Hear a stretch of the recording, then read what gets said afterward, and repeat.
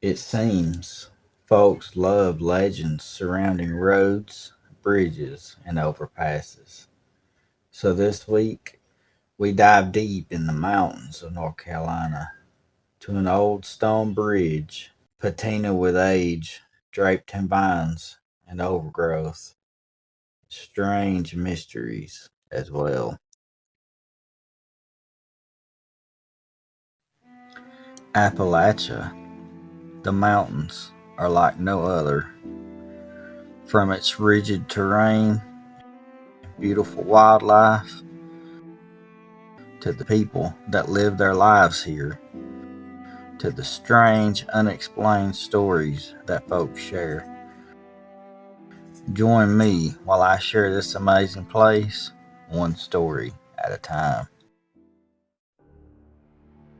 Deep in the mountains of North Carolina is the town of Asheville. Drive up the twisting, winding Bowcatcher Mountain Road, then you'll see it, Helens Bridge. It spans the road. While driving this area, it seems darker, dingier, and creepier than the rest. I wonder why that is. Let's dive into the history and see what would come of it. The bridge was built in 1909, designed by R.S. Smith. It was a carriageway connecting the Zealandia property to the path leading into Asheville. The bridge was used for years to access the Zealandia estate. Eventually, the Zealandia estate would be open to the public as a sort of art gallery, for the owner of Zealandia property was an art collector until 1933. Upon the owner's death, he left the estate to his daughter, to which it remained in the family until 1961.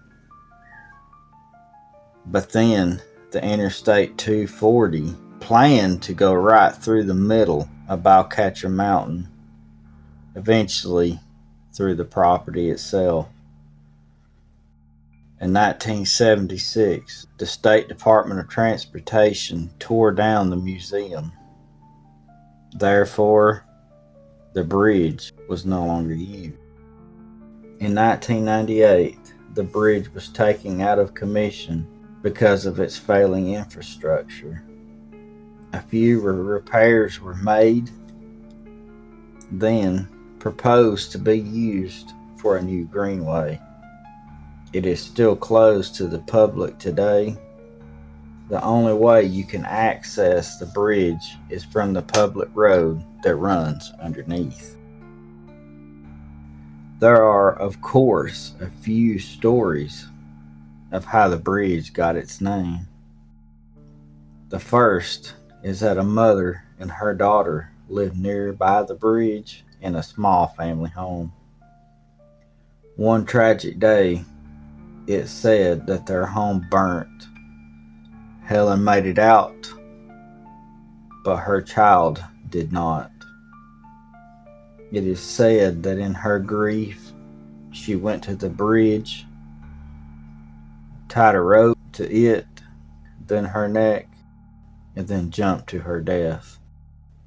But yet, in another version of this story, is that Helen was told to be a local mistress at the nearby state of Zealandia.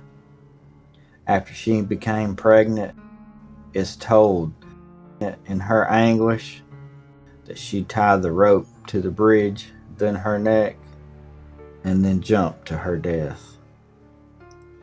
Either way, researchers can find no record of a Helen in existence in the area. It is told that in one story, the name Helen actually came from a strange experience on the Zealandia estate itself. It's told that the owners saw the spirit of a woman on the staircase She said her name was Helen. I'm not sure what story is fact and which is not, but either way, there have been many strange stories that came from the bridge itself. Curious teens trying to prove how tough they are or seeking a simple thrill visit Helens Bridge late at night. They call her name 3 times hoping she would appear. Often, nothing happens, but a few times she has appeared as a ball of light or sometimes as a spirit of herself. Some have reported doing this ritual to no avail, but when they leave, their car has some strange failure like a dead battery. An author once reported after trying to summon Helen, out of the corner of his eye, he saw a strange shadow figure next to his vehicle. When he left, he had some strange things happen to his door locks. After dealing with the issue for a week straight, he returned to the bridge and asked Helen to stop messing with door locks, and mysteriously, the problem stopped. So, is Helen's Bridge really haunted by the female spirit known as Helen? Are these many experiences that take place real? We may never know the truth, but in my opinion, that's a whole lot of strange stories to be made up if they're not true. You tell me what you think in the comment section down below.